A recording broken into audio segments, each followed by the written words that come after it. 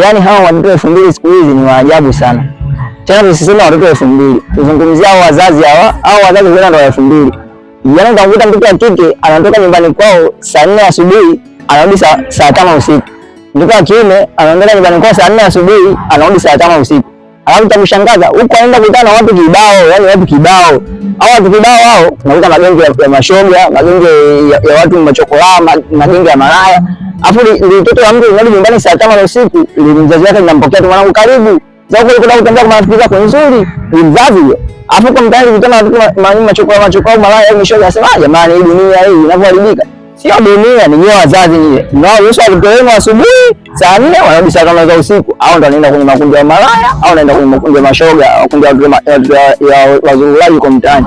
Alafu na kusema kwa mtaani wao kuna malaya wengi, kuna mashoga wengi. Lakini ni nyewe wazazi nyie mnaoruhusu watoto wenu asubuhi wanarudi usiku. Hamna msimamo na watoto wenu. Nyewe wazazi nyie ndio mnawafanya watoto wenu wanakuwa wanaharibika kwa mtaani, na mnasema dunia kwa mbaya. Kwanza kuadhibiwa ni nyewe wazazi mnaowaruhusu watoto wenu kutoka asubuhi hadi jioni. Nyewe wazazi mko serious.